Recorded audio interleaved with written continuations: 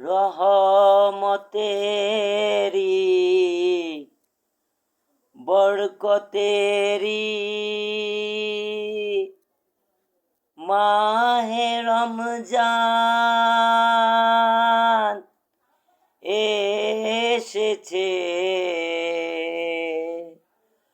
সব মুসলমান শুনো,